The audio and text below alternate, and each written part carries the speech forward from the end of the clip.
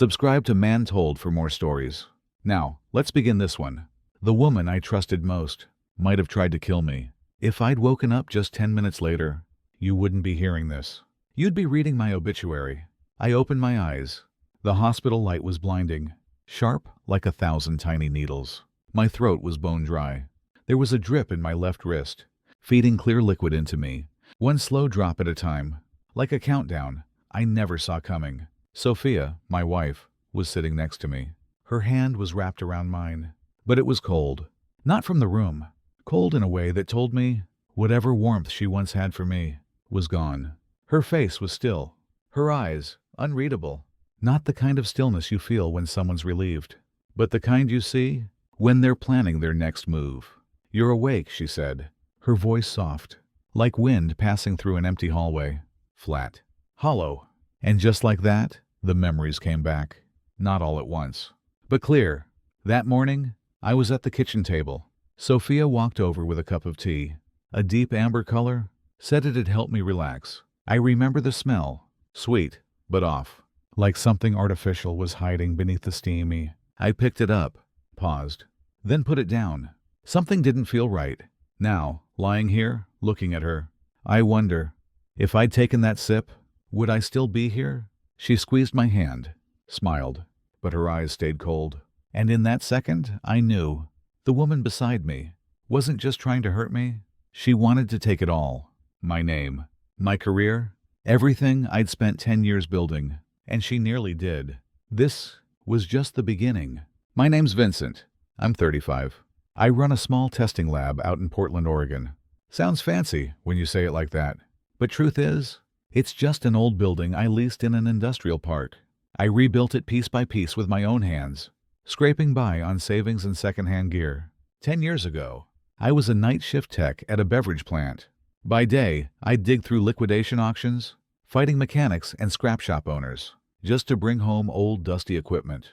One machine was so big, it barely fit in my rented space, and I had to prop one side up with bricks because the leg was busted. That's when Sophia came into my life. She was a fresh out of school nurse, working odd shifts, but nearly every night, she'd stop by my makeshift lab with a hot meal in hand. Some nights, she'd doze off in that old wooden chair, while I worked late into the night, tinkering with machines that barely ran. I still remember the way she once opened her eyes, smiled at me and said, "You look like a kid building his favorite toy." We didn't have much, but we had nights eating instant noodles, watching old movies on a scratched-up laptop screen. Sophia used to say, "I love being here, because this place is your dream."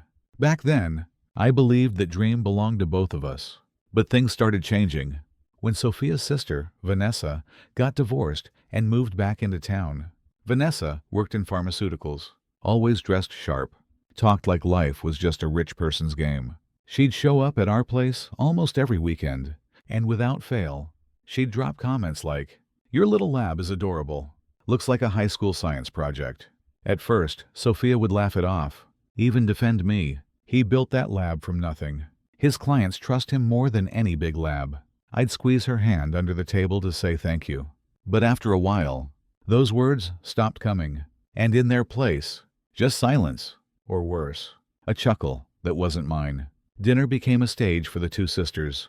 Vanessa bragging about million-dollar deals, trips to Europe, then turning to Sophia and saying, "You should tell your husband to get a real job. He's never going to get ahead doing this on his own." Sophia would nod, glance at me like I was some kid refusing to grow up. The house looked the same, but the people in it weren't. I didn't realize it then, but those quiet dinners, they were just the beginning. Sophia didn't change overnight. It crept in like a slow, cold fog. First, she stopped asking, "How was the lab today?" Then, I started hearing her whispering on the balcony, phone in hand, voice barely above a breath. Just a few scattered words. Contract, opportunity, him. She used to wait for me to come home, even if it was 2 a.m. Just to hand me a warm glass of milk, ask me how the day went. Now, when I walked in, all I heard was the tick of the wall clock and the hum of an empty kitchen light. Her reading chair, vacant. For weeks, one night, I opened the balcony door without knocking. Sophia flinched, turned her back, covered her phone screen, ended the call quick. "You want something to drink?" she asked. Voice light, too light. But her smile, it didn't reach her eyes. It was thin, slippery, like early winter ice, cold and impossible to hold. Vanessa kept coming by like clockwork, still throwing sugar-coated jabs. Things would be easier once he finally decides to grow up. Then they'd head off shopping, returning with branded paper bags. I noticed the look in Sophia's eyes when she put them down, pleased, but calculating. That night, I came home late. The kitchen was empty. On the table, a sticky note. "Dinner at Vanessa's. Don't wait up." Normally, I'd let it go. But that day was the anniversary of when we met. 3 years ago, she joked. "If you ever forget this day, you're sleeping on the porch." Now, she forgot, or chose to. I started to feel like a guest in my own home. The memories, our ramen dinners, her laughter when I spilled a sample, the light in her eyes when I landed my first contract, they felt like ghosts. One morning, out of nowhere, Sophia asked, "Have you ever thought about selling the lab? There's a company in Seattle. They're offering good money. Less stress. Better pay." I laughed. "I've spent my whole life avoiding working for someone else. Now you want me to sell the one thing I built from scratch?" She just shrugged, voice flat. "Don't you care about our future? Our future?" I used to think we were walking the same road, but in that moment, I realized she'd stepped off it a long time ago. To most people, these were just disagreements, differences in opinion. But I knew better. These were cracks in the dam, and Sophia's hand was already on the switch. I just hadn't seen the first leak yet. Saturday morning, Portland was soaked under a steady, cold drizzle. Rain smeared the kitchen window, wrapping the room in a pale, misty gray. I was reviewing the soil sampling schedule for a riverside project when Sophia walked in, carrying a cup of amber tea. Steam curled from the surface, tracing faint ribbons in the dim morning light. "New blend," she said. "Supposed to help you relax." She placed it in front of me, her voice soft, but a little off, a note that didn't quite fit. I leaned in, inhaled. The first wave, sweet honey and cinnamon peel. But behind it, a dry, sharp edge. Something chemical. The kind of scent you know doesn't belong in any kitchen. "Too sweet?" Sophia asked, eyes fixed on me. "It's fine," I said, doing my best to sound normal. Vanessa appeared in the hallway. Messy bun, fluffy slippers. "Ooh, smells good. Make me a cup too." Sophia shook her head, gave a thin smile. "This one's just for Vincent." It sounded like nothing, a small comment. But inside me, the water rippled. I slowly rotated the cup, tilted it just enough to spill a drop onto the saucer. "Oops," I smiled, got up to wipe it. Max, our brown mutt, peeked out from under the table, sniffed the saucer, licked it. The way he licked it brought something back. Once, I'd come home from night shift at 3 a.m. Sophia had left hot porridge on the table. The kitchen light was on. Max was sleeping beside my chair. That used to be home. Now, 10 minutes later, Max curled up in the corner of the kitchen, panting, trembling, his stomach twitching. Vanessa laughed from the living room, chatting on the phone. Sophia stood at the sink, rinsing the cup, eyes distant, like she didn't notice the dog twitching at her feet. "Max." I bent down. His back trembled. "What's wrong?" Sophia asked, never looking up. "He just threw up," I said, still watching Max. "Dogs. Sensitive stomachs," she shrugged. I looked back at the tea. That odd smell still lingered, threading into my throat like a thin wire. I knew that feeling. Same as when I once found a contaminated soil sample, invisible to the eye. But I knew. I took the cup to my workroom, poured part into a clean test tube, sealed it tight, set the rest back where it was, just as she left it. On my way out, I caught a glimpse of Sophia's purse, partway open. Inside, a small brown glass bottle, half the label torn. All I could read, extract and sen. Sophia turned suddenly, zipped the bag shut in one motion. "You want pancakes?" she asked, light as ever. I nodded. But in my mind, pieces were locking into place. Tea just for me. Max vomiting. That bottle? I cleaned up after Max, stroked his head. He looked up at me with wet, trusting eyes. Eyes that believed in me more than I believed in myself. And my chest burned with one thought. If a few drops did that to Max, what was the rest of that cup meant to do? Vanessa popped in from the hallway. "Dinner at my place tonight," she smiled. "Don't forget your tea, Vincent." "You look tired," she winked. Like it was rehearsed. I didn't respond. Just watched Sophia mix pancake batter. The scent of butter filling the room, masking everything, except that one smell. Still clinging, Sophia's phone buzzed. I glanced at the screen. NAG, Northwest Analytics Group. Subject, follow-up on lab opportunity. I'd heard of them. Big corporation. They bought out independent labs. Always generous. Always persuasive. Sophia turned back, smiled. "You're coming tonight, right?" "We'll see," I said. My hand slipped into my pocket and closed around the test tube. Outside, the rain picked up. Drops merged on the glass, streaming down like tears. In that shifting reflection, I saw myself, blurry, bent, unsure who I was sitting across from anymore. I didn't know who'd drink what tonight, but I knew one thing for sure. Someone was going to swallow the truth. That evening, the skies cleared, but the cold stuck around, clinging to my steps like something I couldn't shake. I stood in front of the mirror, straightened my tie. In my jacket pocket, the test tube sat still, cold as ice, heavier than anything I'd ever carried. Sophia stepped into the doorway.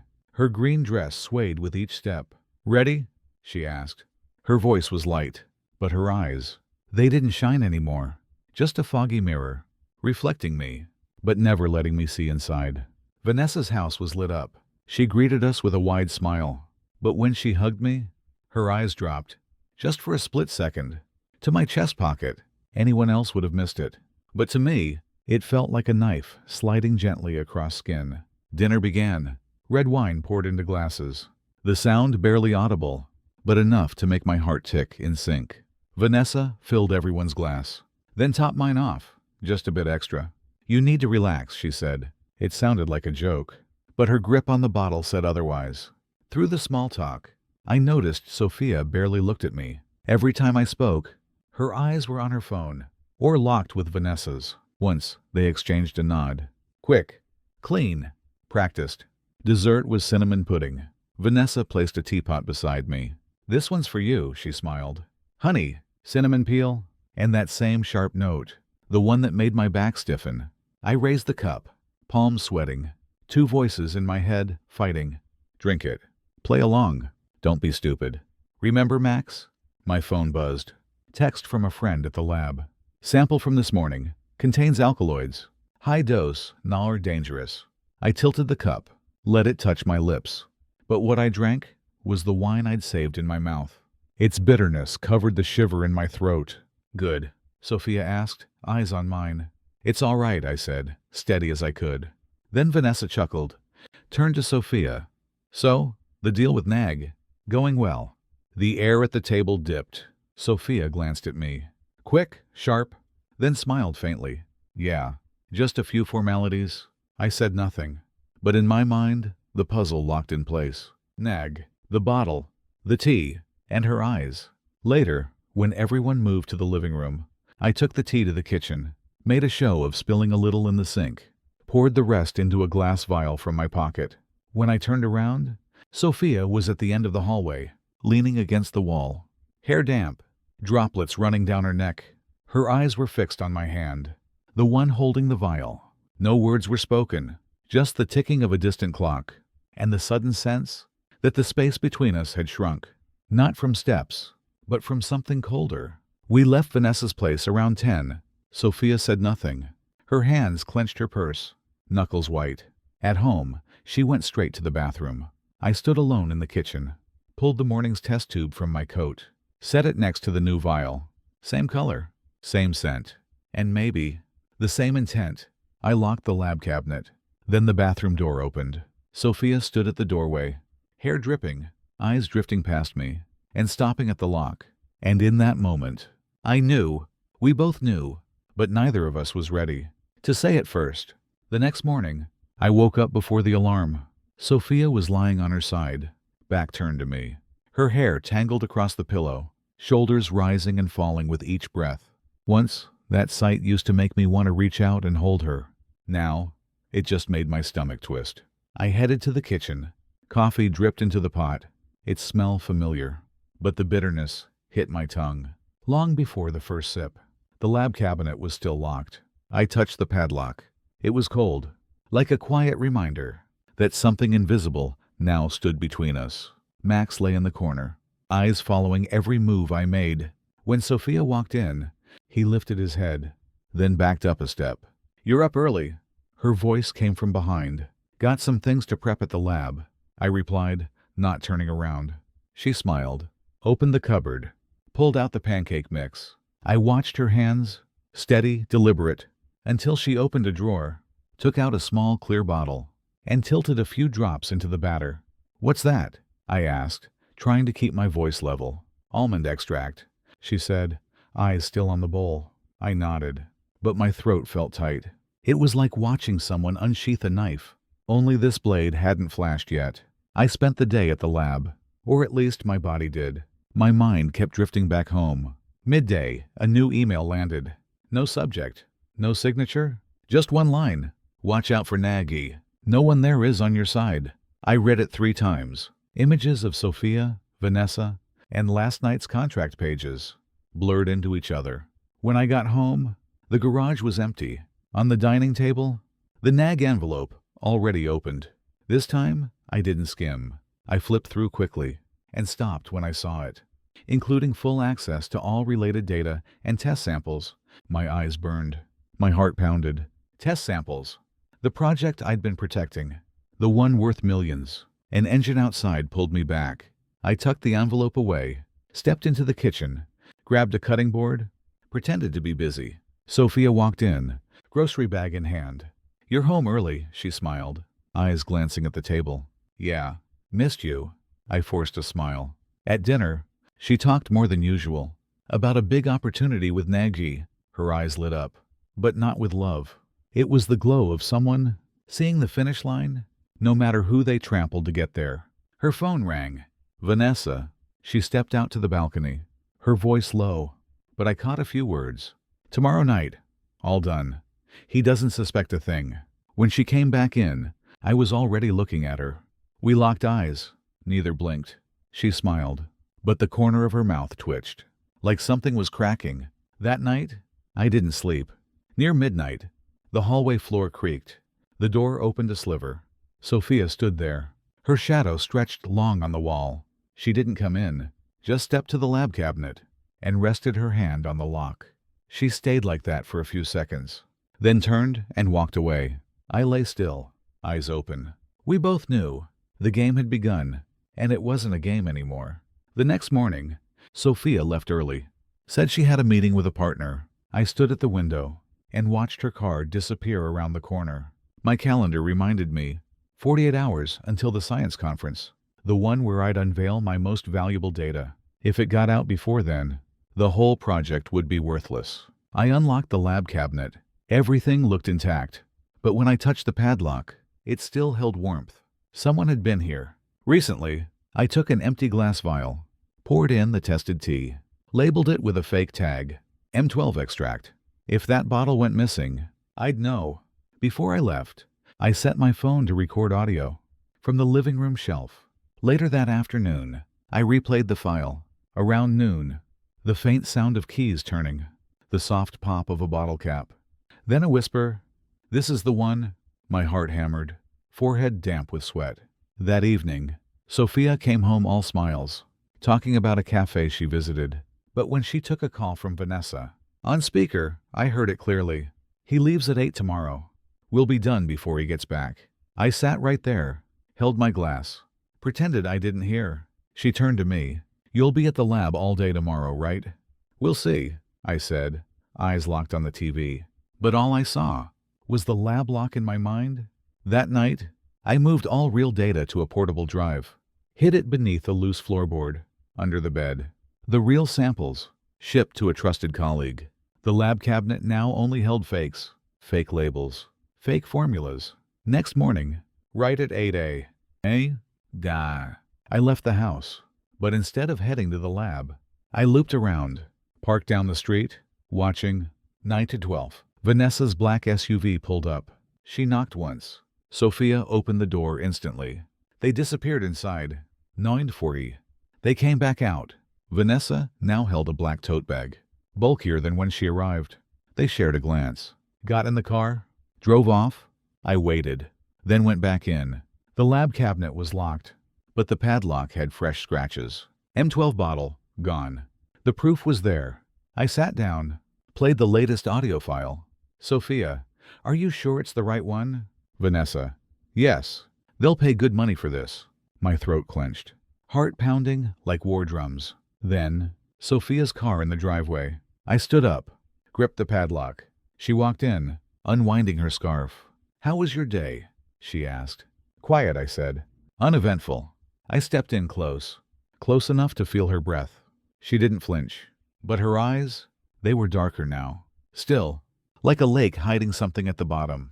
I held up the padlock, spun it gently between my fingers. We'll talk, I said. But not yet. She froze. The smile drained from her lips. Behind her, Max let out a low growl. The metallic thud echoed through the room. As I dropped the lock onto the table, Sophia stood a few feet away. Her hand, still clutching her scarf, tightened, knuckles turning white. Where did you find it? Her voice was low. Each word fell like a stone. The lab cabinet, I said, eyes never leaving hers. And now, it has fresh scratches. She let the scarf fall onto the chair, took a step closer, slow, measured, like she was closing the space. Not just around me, but inside me. Are you accusing me? I swallowed hard. I'm not accusing.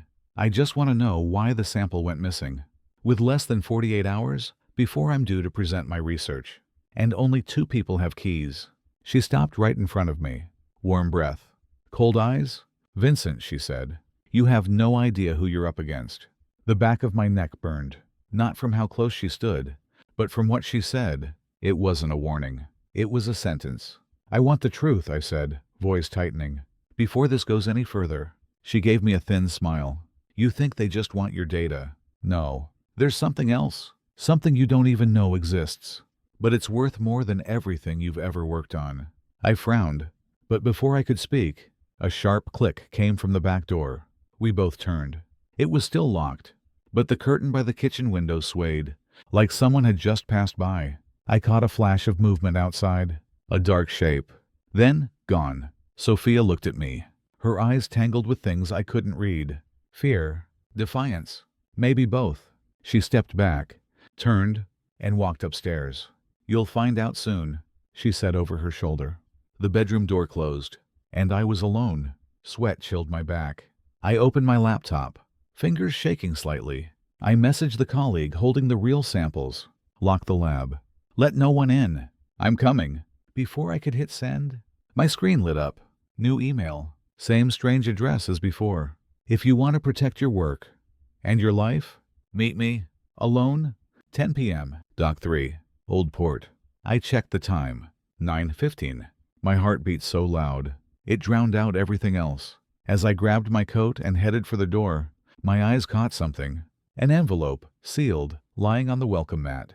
No name. I picked it up. Inside was my lab cabinet key. It was ice cold, and in that moment, I knew someone had been inside my home, touched everything, and I hadn't even noticed. 9:20 p.m. I drove through the quiet streets, sea air mixing with oil and exhaust. The old port came into view, dim yellow lights flickering. Containers stacked like forgotten tombstones. Dock 3 was darker than the rest. A figure stood by the railing, long coat, hood up. As I approached, waves slapped against the concrete. Chains clinked nearby. He didn't speak, just pulled out a black USB drive and pressed it into my hand. His hand was cold, damp. A long scar traced down his thumb. Names, he whispered, and footage. From your house. Trust no one. I opened my mouth to ask, who sent you? But behind the containers, an engine roared to life. Headlights cut through the dark, lit his face just for a second. Sharp, focused, like he'd been watching me for a long, long time. Go, he hissed, shoving me back. Then they appeared, 2 figures in black, boots slapping hard against the concrete. I turned and ran, barely reached my car in time. Keys in, engine on. Through the mirror, I saw the stranger turn away, disappearing into the night. I tore out of the port, hands gripping the wheel, and the USB, like it might vanish if I let go. Red light. I slowed, tried to breathe. Then, in the rear view, a black SUV. No headlights, no front plate, It pulled up close. Too close. Then swerved. Tires screeched against my fender. Rubber grinding plastic. I braced for impact, but suddenly it peeled away, turned into a narrow alley, and vanished. I was left there, heart pounding, the USB heavy in my jacket pocket, like it carried every answer and every consequence. The SUV vanished, like it had never been there, but the image of it scraping the side of my car was burned into my mind. I sat frozen, my hands gripping the wheel until my knuckles turned white. My chest felt like it might explode from the pressure inside, and I wondered, if I didn't make it home tonight, who would even notice? And who would actually care? My phone buzzed. Unknown number. "This is Vincent," I said, voice raw, like it had been dragged through gravel. "You're still alive." "Good." A woman's voice. "Sophia, come home. Now. We need to talk. I thought you had nothing left to say. Trust me, Vincent, unless you want everything to end tonight." She hung up. When I got home, the living room lights were on. Sophia sat on the couch, wrapped in a loose sweater, hands clasped tightly in her lap. Under her chair, Max lay still, eyes locked on the door, body tense like a coiled spring. "I warned you," she said quietly. "That SUV wasn't mine, and it wasn't Vanessa's. There's another group, and now they've locked onto you." I tossed the lab key onto the table. The metal clattered against the wood. "Then what's this? Who came into our home?" Sophia looked at the key, took a deep breath. "A message. They wanted you to know. Nowhere is safe." I pulled the USB from my jacket and held it up. The guy at the dock said, "This has a list of people chasing the compound. And footage from inside my house." Sophia's eyes lit up. Her hand trembled slightly as she reached toward the drive. "You opened it yet?" "Just got it." "No. Don't. Not here." She stepped closer, breathing faster, eyes flicking toward the window. "If you do, they'll trace it. Fast." I took a step back. "And I'm supposed to trust you now." She looked up, and her eyes, for the first time in a long time, shimmered strangely. "If I wanted you gone, Vincent, you'd already be gone." Suddenly, Max growled. Low, deep. Not like before. I walked to the window, pulled the curtain. Outside, under the streetlight, a figure stood motionless, face hidden by a wide-brimmed hat. The air froze. Then slowly, the figure raised a hand and scratched at the glass with a fingernail. Screech, screech. I opened the door, but the figure backed away, melted into the shadows, gone behind the trees. Sophia rushed up, grabbing my wrist, tight. "Do you get it now?" She was shaking. "They're not waiting for you to choose. Come with me." Now. We stepped outside.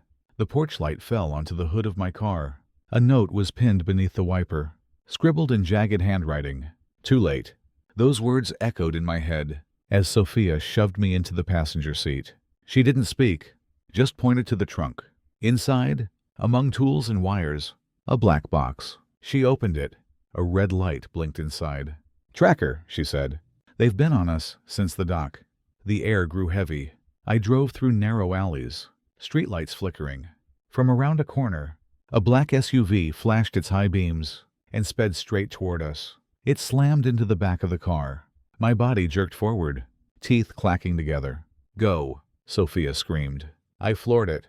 Metal rails lined both sides of a steel bridge. The SUV stayed tight behind us, then suddenly slowed and stopped in the middle of the bridge. Headlights off. I glanced in the mirror. Under the moonlight, on the bridge wall, a red, circular symbol smeared across the concrete. I didn't know what it meant, but it chilled my spine. We pulled into an abandoned garage. Fluorescent lights buzzed above cracked walls. Sophia slammed the door and locked it behind us. I set the USB on the table. "Open it." She hesitated. "Vincent, once you see this, there's no going back. I've already passed that point." She plugged it in. The screen flickered. A list of names appeared. Dozens of them. Familiar names. Researchers. CEOs. Politicians. Sophia scrolled fast, her hand subtly blocking part of the screen. But I read to the bottom. Vincent Hale, subject 0. Status, active. Trial, incomplete. My hands went cold, and in my head, flashes of memories. Strange medical checkups. Odd projects Sophia once mentioned, then quickly dropped. The stranger by my lab window? I looked up. What do you know about this? Sophia said nothing. Then suddenly, shut the screen off. Not now. Outside, an engine growled. This time, closer, clearer, as if they'd finally found us. The engine outside went quiet. But I knew silence was never a good sign. I stood there, in the dark garage, palms damp with sweat. On the table, the USB sat like a cold stone, small, but heavy enough to pull my entire life to the bottom. Since I saw my name on that list, my mind hadn't stopped spinning. The home that used to feel warm, the job I thought was my purpose, and above all, the belief that I was in control of my own life. Now, it all felt like a script someone else had written, and I'd been performing in it, blind. You ready? Sophia's voice broke through, her hand resting on the door latch. I don't even know where we're going. Sometimes, she said with a strange smile, not knowing is the only thing that keeps you alive. Then she stepped out into the early morning air. As I followed, my eyes dropped to the cement in front of the garage. The red circle was back, only this time, it was darker, bolder, and at its center, a number, 0. The wind off the ocean cut sharp as we drove along the cliffside road. The sun was rising, spreading pale orange across the sky, and for a second, I let myself believe that maybe I could still go back to being Vincent, the man with a quiet life, a clear path. But Sophia didn't let that thought last. She pulled out her phone, dialed quickly, and said just one thing. We've left the starting point. Then she hung up, before I could ask who she meant, or what came next. I looked over at her, calm, composed, like all of this was just procedure. Outside, the wind and my heartbeat moved in sync, fast, then slow, then fast again. The road ahead stretched on forever, and I didn't know what was waiting at the end. All I knew was that red mark, it wouldn't be the last. Not until I uncovered the truth, or disappeared from the board entirely. The sun kept rising, burning bright, as if night had never existed. But deep down, I wondered, will I ever live to see the sunset?